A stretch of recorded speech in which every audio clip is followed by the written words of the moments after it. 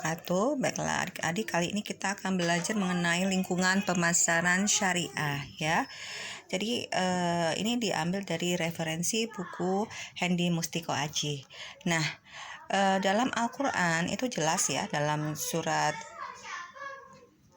Al-An'am dan surat Luqman itu bahwa Allah menciptakan siang dan malam ya, dan juga menciptakan matahari dan bulan itu sesuai dengan peredarannya ya.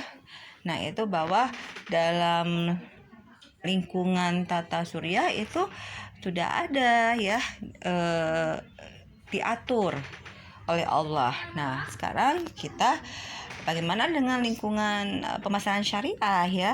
Nah, dalam lingkungan pemasaran syariah itu ada yang disebut dengan lingkungan makro pemasaran dan lingkungan mikro pemasaran ya. Kalau makro itu ada demografi, ada ekonomi, ada sosial budaya, teknologi, ekologi atau lingkungan dan politik. Sedangkan kalau mikro itu ada perusahaan, pemasok, perantara, pesaing, dan konsumen.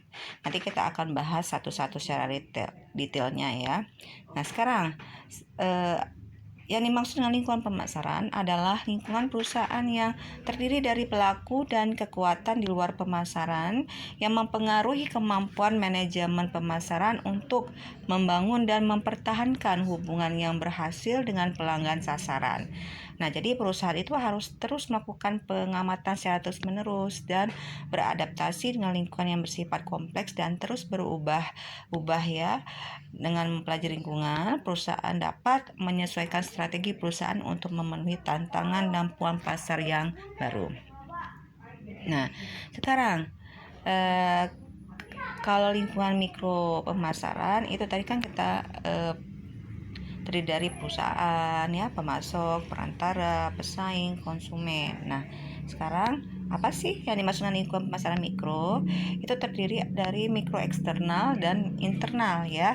Jadi ruang lingkup pemasaran mikro eksternal adalah pasar, sedangkan ruang lingkungan pemasaran mikro internal adalah pemilik pelaksana, pengelola atau pemimpin perusahaan yang terdiri dari produksi, keuangan, SDM, pemasaran, riset, dan pengembangan ya.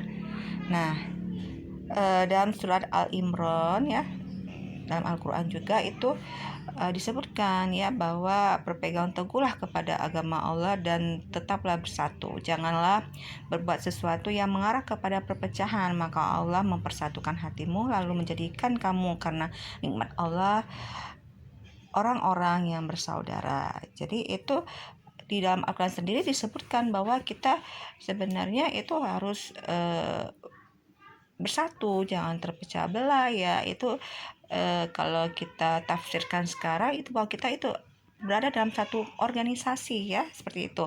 Nah, sekarang apa sih yang dimaksud dengan pemasok pemasaran? Perusahaan itu adalah lembaga-lembaga atau individual yang melakukan kegiatan penyediaan sumber daya yang diperlukan untuk operasional perusahaan.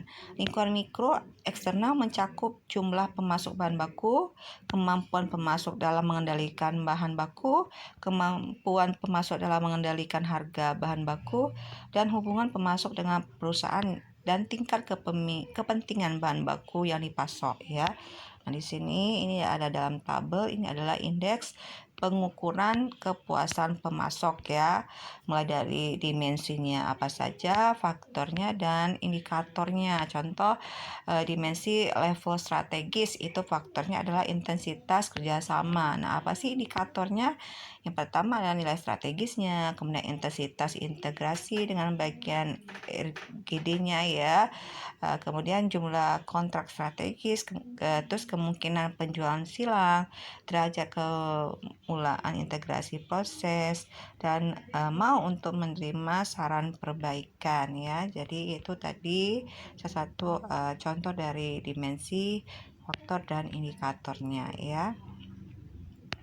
Nah, sekarang Yang dimaksud perantara atau middleman adalah individual atau lembaga-lembaga berusaha yang kegiatannya adalah menyampaikan barang dan jasa secara langsung atau tidak langsung dari pemasar ke konsumen.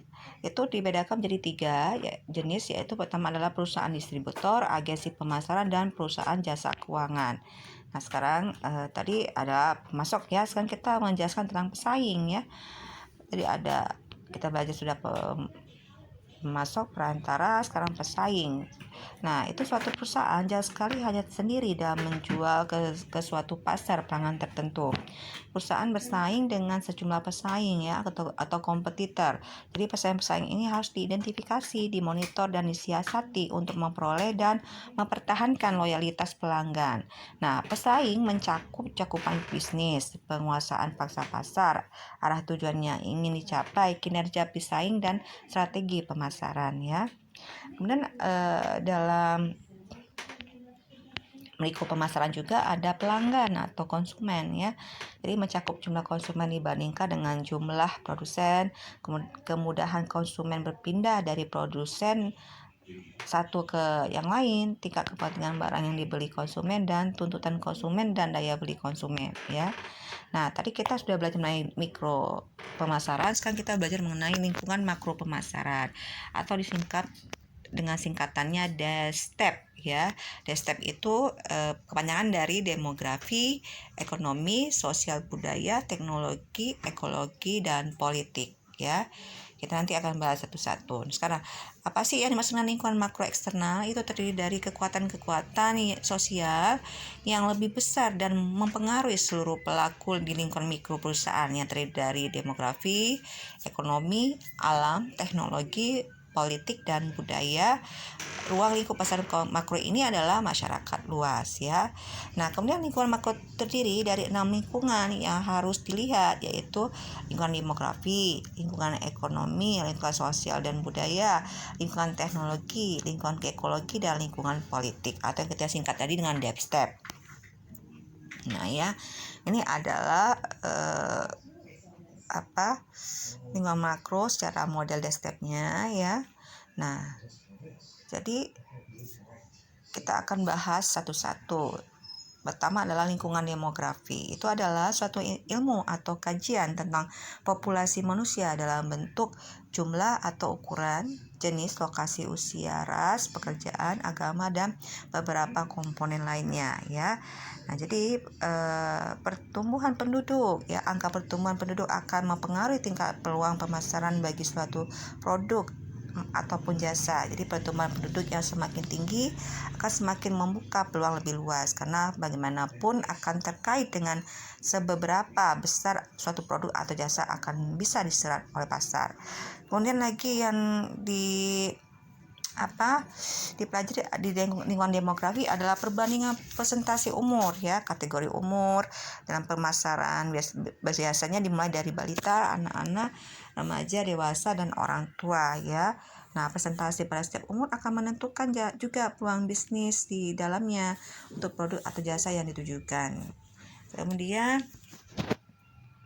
pasar anak-anak, misalnya ada jumlah populasi penduduk secara keseluruhan, perlu lihat berapa persen jumlah anak-anak dari keseluruhan penduduk ya. Kemudian pasar etnik, pasar etnik itu juga merupakan salah satu potensi pasar yang perlu dipertimbangkan ya.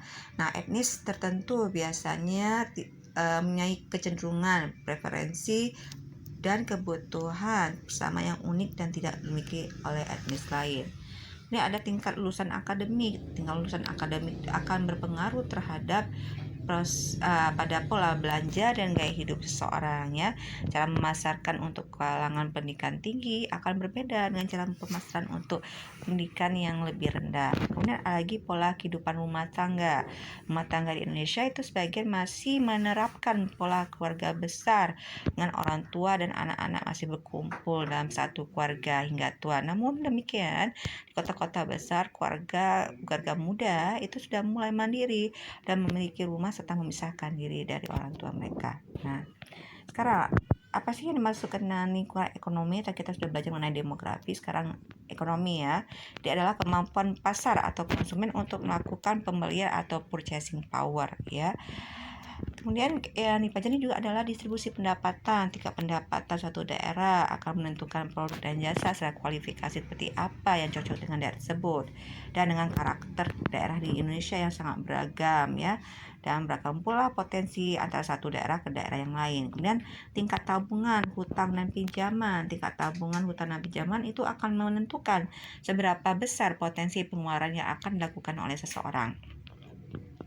Kemudian lingkungan sosial budaya ya, itu perbedaan budaya pada masing-masing negara. Perbedaan budaya menjadikan gaya hidup masing-masing negara dan daerah berbeda juga. Jadi pemahaman budaya pada setiap daerah akan memudahkan pemasar menyesuaikan produk atau jasanya sesuai dengan kebutuhan daerah tersebut. Kemudian kepercayaan, tradisi dan agama ya. Pada sekelompok orang dengan kepercayaan, tradisi, dan agama yang berbeda mempunyai pola konsumsi dan gaya hidup yang berbeda juga ya dengan yang berlainan dan kepercayaan.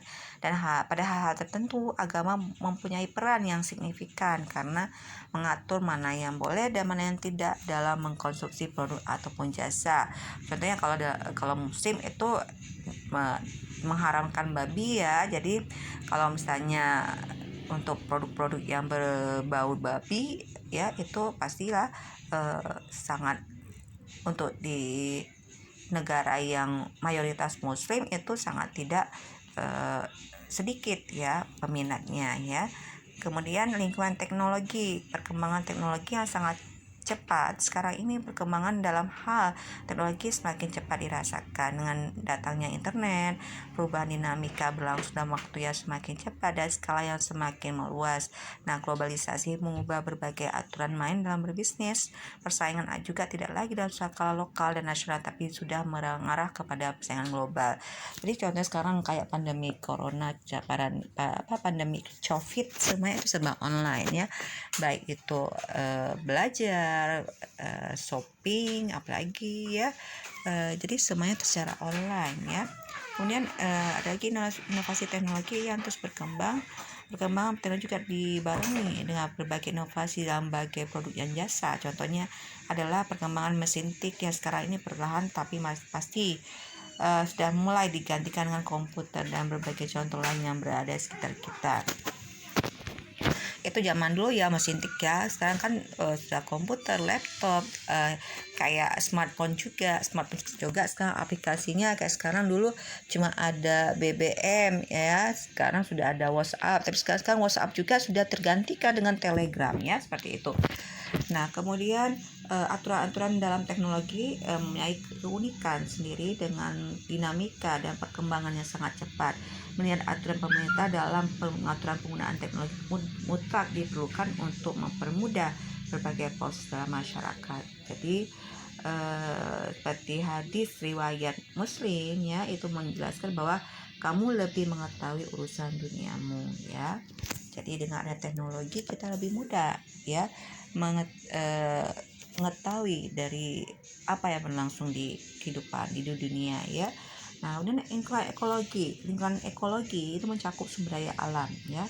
Menipisnya sumber daya alam itu adalah sesuatu kalau kita artikel, sumber daya alam adalah sesuatu yang terus dieksploitasi yang lama-kelamaan akan habis ya. Salah satu kunci utama adalah melihat bagaimana sumber daya alam masih bisa dimanfaatkan dan hingga berapa lama. Meningkatnya biaya ya. Sekarang ini terdapat kecenderungan bahwa biaya semakin meningkat terutama untuk listrik dan energi.